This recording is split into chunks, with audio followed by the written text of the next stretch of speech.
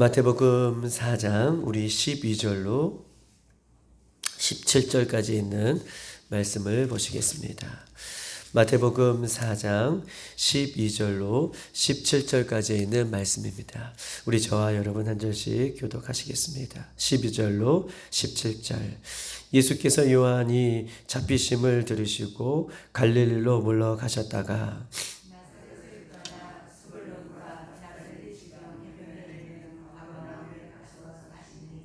이는 선지자 이사야를 통하여 하신 말씀을 이루려 하심이라 일렀으되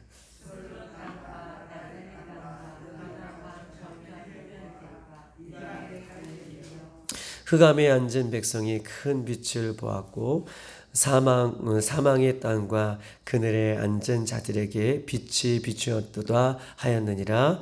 이때부터 예수께서 비로소 전파하여 이르시되 회개하라 천국이 가까워 있느니라 하시더라. 아멘. 오늘 귀한 말씀으로 하나님께서 우리에게 은혜를 주실 때에 귀한 은혜가 우리 삶 가운데 넘쳐나는 귀한 시간 되기를 주님의 이름으로 축복합니다. 오늘 말씀은 우리 12절로부터 17절에 있는 말씀은 예수님께서 사역하셨던 시기, 때, 이 때와 예수님께서 사역하셨던 그 장소, 이 두 부분을 오늘 12절로 17절에 있는 말씀 속에 우리에게 증거하고 있는 것이죠. 하나님께서 즉 예수님께서 사역을 본격적으로 시작하셨던 그 시기와 예수님께서 사역하셨던 그 장소에 대한 부분들을 오늘 본문은 우리에게 말씀하고 있는 것입니다. 우리 한번 12절을 다 같이 한번 읽어보겠습니다. 시작. 예수께서 요한이 잡히셨음을 들으시고 갈릴리로 물러가셨다가 아멘. 예수님께서 사역하셨던 시기를 자세하게 오늘 본문은 설명하고 있는데 요한에 대해서 이야기를 하고 있습니다. 요한은 어떤 사람입니까? 우리가 계속해서 보았듯이 요한은 예수님께서 오실 길을 예비하고 요한은 예수님께서 오실 길을 준비하고 예수님께서 오실 길을 최선을 다하여 준비하고 맞이했던 사람이 세례 요한이에요. 예수님께서 오실 길을 준비하고 예수님께서 오실 길을 맞이했던 사람, 최선을 다하여 예수님의 오실 길을 준비했던 사람이 세례 요한인 것입니다. 그런데 세례 요한은 예수님께서 오실 길을 준비하고 맞이기 위하여서 진리를 오직 부르셨고 불의와 타협하지 않는 삶을 살았다가 결국 우리가 역사적으로 잘 알고 있듯이 헤롯 안티파스에 의해서 진리를 부르짖고 불의와 타협하지 않는 그가 순교를 당하죠. 그리고 은 쟁반에 이 세례 요한의 목이 베어져 놓여 있는 이 마지막 순간을 우리는 세례 요한의 인생을 통해서 우리는 잘 알고 있습니다. 이렇게 예수님이 오실 길을 예비하고 준비하고 살았던 이 세례 요한의 사역이 마치자 세례 요한이 사역이 끝나자 바로 그때에 예수님의 사역이 본격적으로 시작되었음을 오늘 12절에 이야기하고 있어요. 이것은 하나님의 섭리이고 하나님께서 주시는 은혜인 것을 이 오늘 본문 12절을 통해서 이야기하고 있는 것입니다. 보십시다. 세례 요한의 사역이 끝마치자 예수님의 사역이 그 세례 요한의 사역 뒤에 본격적으로 이루어졌던 것은 하나님의 섭리이고 하나님의 뜻이라는 거예요. 우리가 인간적으로 봤을 때에 세례 요한은 예수님의 오실 길을 준비하고 맞이했던 최선을 다했던 사람이에요.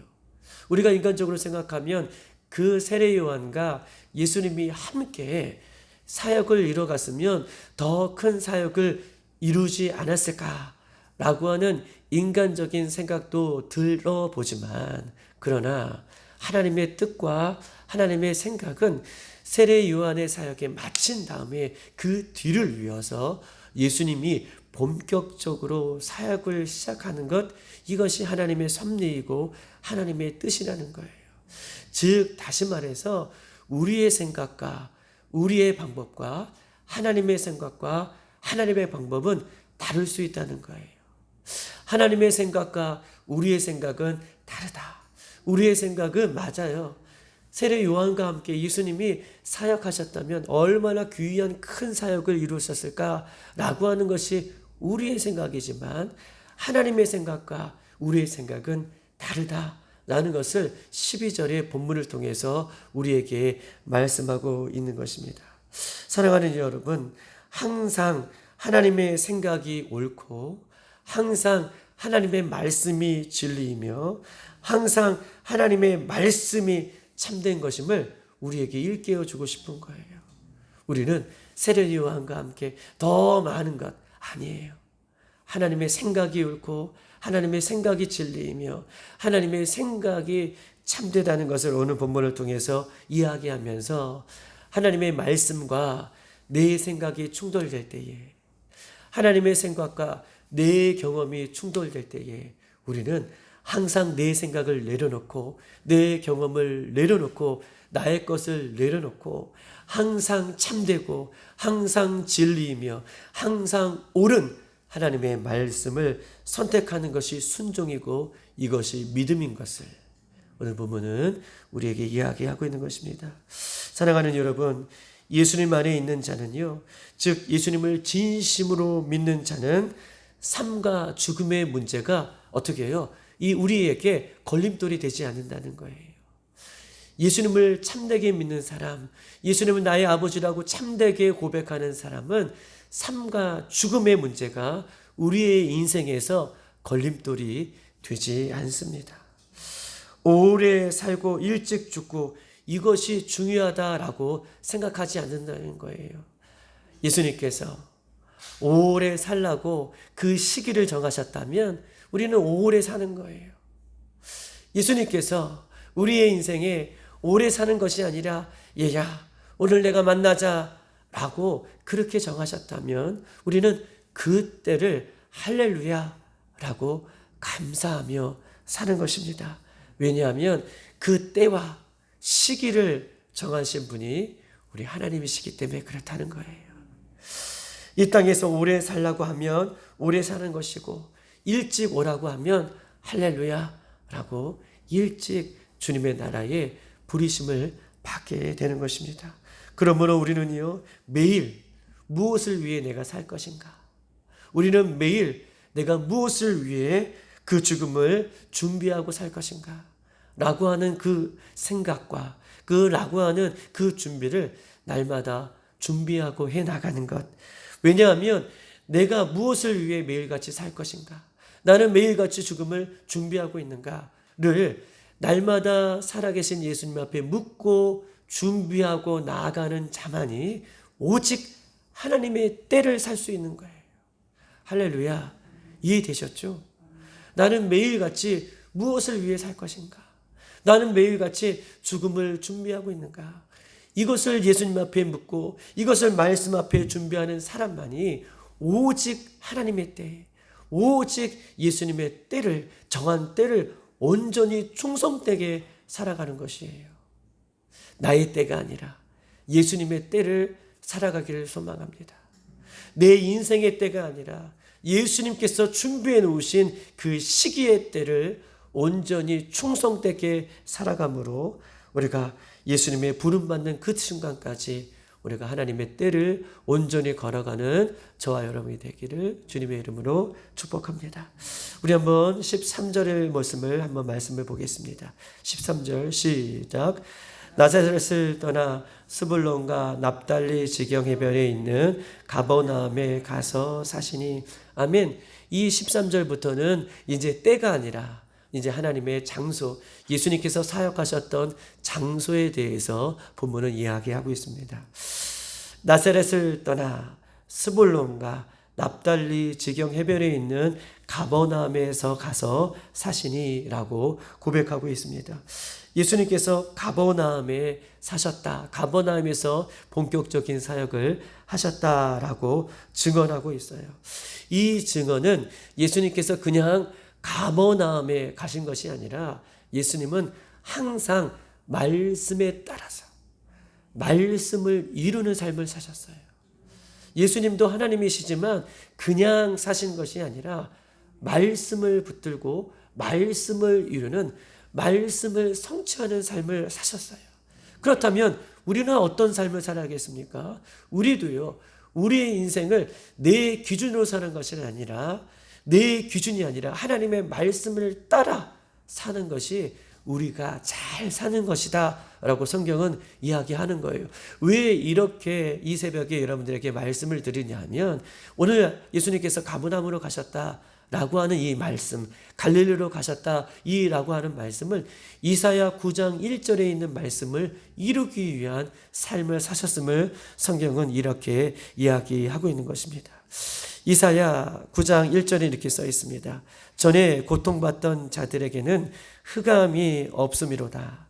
옛적에는 여호와께서 스불론 땅과 납달리 땅이 멸시를 당하게 하셨으니 후에는 해변길과 요단 저쪽 이방인의 갈릴리를 영화롭게 하셨느니라 라고 이사야 9장 1절에는 써 있습니다.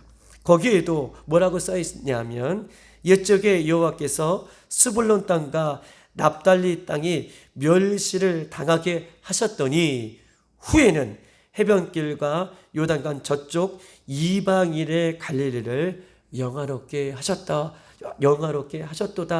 라고 하는 이사야 9장 1절의 말씀을 쉽게 예수님께서 이루기 위해서 오늘 갈릴리로 또 이 가버나움으로 그의 사역지를 최초에 예수님께서 그곳에서 사역을 하셨다라고 하고 말씀하고 있는 것이에요. 예수님은 서두에도 말씀드렸듯이 그냥 임의로 생각대로 사시는 것이 아니라 하나님의 말씀을 이루시기 위해 이 땅에 오셨고 그 말씀을 성취하시기 위해 예수님은 사셨습니다. 여러분 보십시다. 오늘 15절에도 이렇게 써 있습니다. 오늘 본문의 15절을 다 같이 한번 읽어볼까요? 시작. 스불론 땅과 납달리 땅과 요단강 저편 해변길과 이방인의 갈릴리요. 아멘. 이렇게 이 15절에 있는 말씀이 이사야 9장 1절에 있는 말씀에 그대로 나와 있는 말씀을 그대로 인용하고 있는 거예요. 중요한 것은요, 이방인의 갈릴리를 영화롭게 하셨다라고 하는 이 15절에 이방인의 갈릴리요 라고 하는 말씀이 중요해요. 이방인의 갈릴리요. 이것이 중요합니다. 왜 중요하냐 하면 예수님의 사역이 시작했던 장소이기 때문에 중요해요. 예수님은요, 보십시다. 우리가 예수님을 기억할 때 아마 예수님은 갈릴리가 아니라 남쪽 유다, 예루살렘을 중심으로 하여서 우리가 이 예수님의 사역이 본격적으로 처음부터 시작됐을 것이다 라고 우리는 생각할 수 있어요. 왜냐하면 하나님께서 이스라엘 백성들을 선택해 주시고 예루살렘을 중심으로 해서 모든 사역이 본격적으로 이루어졌기 때문에 그렇게 생각할 수 있는데, 예수님께서 가장 첫 번째 사역은 오늘 본문에 보면 이방인의 갈릴리요라고 하면서 이 가버나움을 중심으로 갈릴리를 중심으로 시작했다는 것을 본문은 이방인의 갈릴리요라고 본문은 이야기하고 있는 것입니다. 즉 다시 말해서 가버나움에서 본격적으로 시작하셨다라고 하는 것은, 여러분 보십시다. 이 가버나움은 스불론과 납달리와 함께 연결된 땅이에요. 아주 가까운 땅이에요. 이방 땅이라고 본문은 이야기를 하고 있습니다. 즉 이스라엘에게만 복음이 주어진 것이 아니라, 이스라엘에게만 복음이 증거된 것이 아니라, 예수님은요 이방 땅에서 최초로 이 사역을 시작하면서 예수님은 이방 땅의 이방인에게도 복음을 증거하시기 위한 하나님의 첫걸음임을 본문은 이야기하고 있어요. 여러분 이해되셨죠? 예루살렘에만, 유대인에게만 복음을 증거하시는 것이 아니라 예수님은요 이방 땅에게도, 많은 영혼들에게도 복음을 증거하시기 위해, 예수님께서는 그렇게 오셨다라는 것을 확인시켜 주기 위해 오늘 이방의 갈릴리요, 가버나움이요, 거기서 사셨고 거기서 복음을 최초로 증거하셨다라고 하는 은혜를 우리에게 베풀어 주시는 거예요. 이 말씀은요 굉장한 은혜입니다. 이 말씀은 굉장한 은혜고 축복인 거예요. 이 말씀을 통해서 이방 땅에게도 복음이 증거되었고 우리에게도, 이방인인 우리에게도 복음이 들어와서 예수를 믿게 되는 그런 은혜가 우리에게도 중요한, 우리에게도 주어졌던 첫 발걸음이기 때문에 너무나 중요한 것입니다. 저와 여러분도 우리끼리만 복음이 아니라, 저와 여러분도 우리끼리만 복음이 아니라 예수님께서 이방 땅 갈릴리오라고 가버나움에서 이방 땅에게 복음을 증거하셨던 것처럼 우리도 믿지 않는 영혼들에게 오늘도 복음을 들고 나아가는 축복의 통로의 역할들을 감당하는 저와 여러분이 되기를 주님의 이름으로 축복합니다. 우리 한번 17절을 다 같이 한번 읽어보십시다. 17절 시작. 이때부터 예수께서 비로소 전파하여 이르시되 회개하라 천국이 가까이 왔느니라 하시더라. 아멘. 이때부터 예수께서 비로소 전파하여 이르시되 회개하라 천국이 가까웠다라고 본격적으로 귀한 사역을 감당하십니다.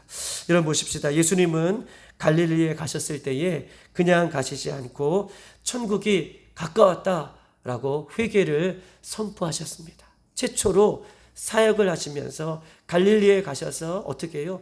회개하라. 천국이 가까웠다라고 이야기합니다. 중요한 단어는요, 전파했다라고 하는 단어가 중요한 것이에요. 전파했다. 전파했다. 즉, 복음은 무엇입니까? 복음은 영혼들을 설득하는 것이 아니에요. 복음은 무엇입니까? 복음은 영혼들에게 교훈을 주는 것이 아니에요. 복음은요, 죽어가는 영혼에게 예수님의 말씀을 선포하는 것이 복음입니다. 아멘이십니까? 복음은요, 영혼들을 설득하는 것이 아니에요. 복음은 영혼들에게 교훈을 주는 것이 아니에요. 복음은 이방 땅에 죽어가는 영혼들에게 예수님의 말씀을, 십자가를, 생명을 선포하는 것이 복음이라고 오늘 본문은 이야기하고 있는 것입니다. 마태복음 15장 3절에 있는 말씀을 한번 찾아보십시다. 마태복음 15장 3절.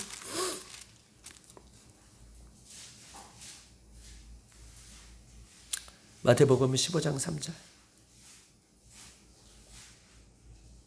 다 같이 시작. 대답하여 이르시되 너희는 어찌하여 너희의 전통으로 하나님의 계명을 범하느냐. 아멘. 오늘 이 15장 3절에는요. 이 이방인과 바리새인들과 서기관들에 대한 예수님의 책망의 말씀이에요. 15장은. 그러면서 3절에는요. 너희가 어찌하여, 너희는 누구예요? 바리새인들과 서기관들에 대한 내용인 것이죠.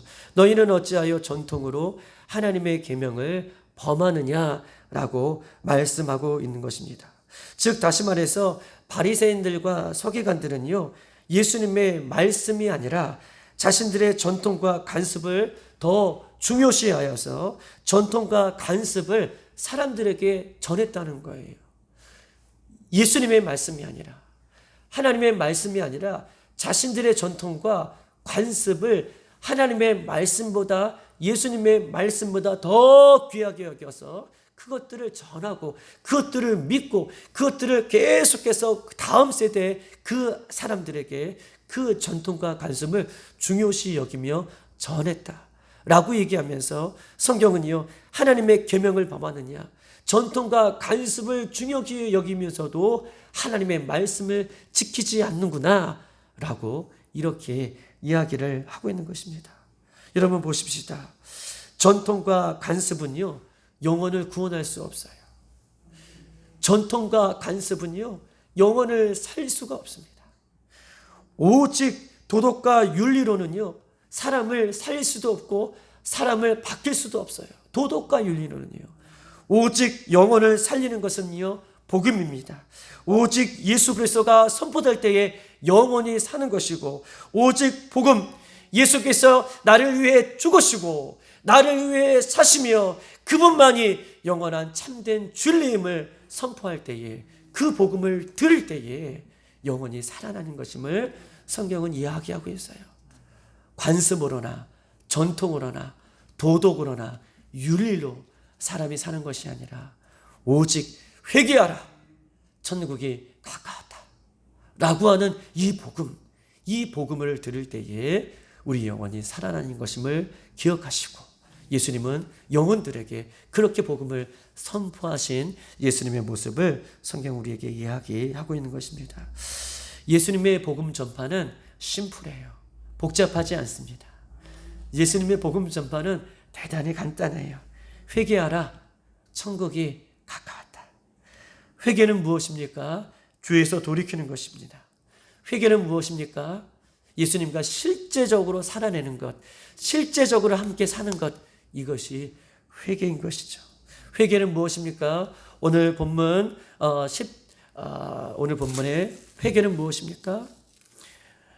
회개는요, 오늘 본문 16절에 흑암에 앉은 백성이 큰 빛을 보고 사망의 땅에서 그늘에 앉은 자들에게 빛이 비치는 것, 이것이 회개예요. 흑암에 있는 자들이 빛 가운데로 나오는 것, 사망에 있는 자들이 어떻게 해요? 빛의 그 모습으로 나오는 것이 회개임을 성경은 우리에게 이야기하고 있는 것입니다. 우리가 왜 회개해야 합니까? 간단하죠. 천국이 가까이 왔기 때문에 예수님은 회개하라고 명령하시고 우리에게 오늘 복음의 말씀으로 선포하고 계십니다. 회개는 무엇입니까? 사랑하는 여러분, 회개는 성격이 변화하는 거예요. 성격이 변화하는 것. 예전의 성격이 예수님의 모습으로 바뀌는 것. 회개는 무엇입니까? 내 생각이 바뀌는 거죠. 예전의 생각이 아니라 예수님께서 주시는 새로운 생각으로 바뀌는 것이 회개입니다. 회개는 무엇입니까? 의견이 바뀌는 거예요. 예전에는 내 고집을 부리고 예전에는 내 생각이 맞다고 주장했던 사람이, 회개는 무엇입니까?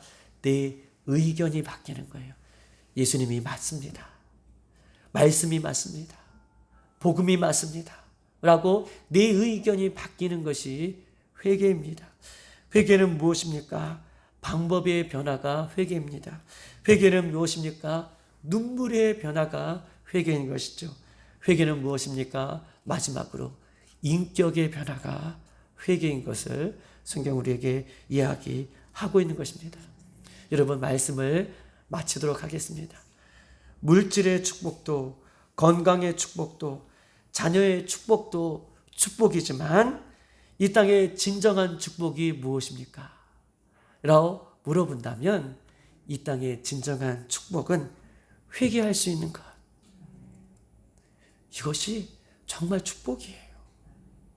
왜냐하면 회개할 수 있는 자만이 천국의 큰 은혜를 누릴 수 있기 때문에 회개하라, 천국에 가까웠다 라고 말씀하고 계셔요. 물질의 축복도, 건강의 축복도, 자녀의 축복도, 이 땅의 것들도 축복이죠. 그러나 그것보다 더 귀한 축복은 내가 예수님 앞에 오늘도 회개할 수 있는 것. 이것만큼 더 귀한 축복이 어디 있습니까? 회개하고 싶어도 회개가 안 되는 사람들이 있어요. 그런데 회개할 수 있는 것, 이것이 우리 인생에, 예수 믿는 사람들에게는 축복인 것을 기억하시고, 여러분들은 이미 축복받은 하나님의 백성인 줄 믿습니다. 그러므로 회개는요, 지체해서는 안 돼요. 내일 회개해야지, 내가 다음 이거 뭐 끝난 다음에 회개해야지, 아니에요. 성령의 역할은 무엇입니까? 성령의 역할은 우리의 죄를 깨닫게 하시는 것이 성령의 역할이에요. 성령께서 우리의 죄를 깨닫게 하실 때에 그때 바로 미루지 말고 늦추지 말고 회개하는 자, 이것이 축복의 자고 이것이 은혜 받는 자인 것을 기억하시고, 내일로 미루지 말고 지체하지 말고 회개의 열매가 맺혀질 때까지, 회개가 될 때까지 우리가 예수님의 이름을 부르며 회개하며 나아가는 우리들이 되기를 주님의 이름으로 축복합니다. 왜냐하면 천국이 가까이 왔기 때문에 그렇다라고 예수님 말씀해 주고 계셔요. 오늘 이 새벽에 마지막으로 저와 여러분에게도 동일하게 예수님께서 말씀해 주십니다. 뭐라고요? 이렇게 말씀하고 계셔요. 회개하라, 천국이 가까웠느니라. 이 시간 다 같이 한번 기도하십시다. 예수님은요, 오늘 본문에 예수님은 하나님의 때를, 말씀의 때를 사셨습니다. 우리의 생각의 때, 우리의 경험의 때, 방법의 때가 아니라 말씀을 이루는 때를 충성스럽게 세례 요한도 살았고, 또 말씀을 이루는 때를 예수님도 최선을 다하여 그렇게 사역하시는 예수님의 때를 오늘 보았습니다. 예수님은 어떤 곳에서 사역하셨습니까? 우리가 다 예상하는 예루살렘을 중심으로 하여서 사역하신 것이 아니라 가버나움, 이방의 갈릴리오라고 말씀해 주셨던 이 이방 땅에 가까운 스불론과 납달리 땅에 가까운 그 땅에서 사역을 하셨습니다. 왜냐하면 이방인에게도 복음이 필요하기 때문에. 오늘 우리의 삶은 어떻습니까? 또한 회개하라, 천국이 가까웠다라고 하는 예수님의 말씀을 기억하고 오늘도 회개하는 삶, 오늘도 복음을 증거하는 사명을 감당하는 삶, 하나님의 때를 이뤄가는 삶이 될 수 있도록 인도해 달라고 기도하시고, 교회를 위해서 기도하시고, 사랑하는 성도들을 위해서 기도하시고, 이 나라 민족을 위해서 기도하시고, 특별히 예수 믿지 않은 영혼들이 생각나면 그 영혼들의 이름을 불러가며 기도하시고, 저 북한 땅에 있는 영혼들을 위해서도 기도하시고, 여러분이 가져 나온 기도 제목을 위해서 간절히 이 새벽에 부르짖는 귀한 새벽이 되기를 소망합니다. 이 시간 주여 한번 부르고 기도하겠습니다.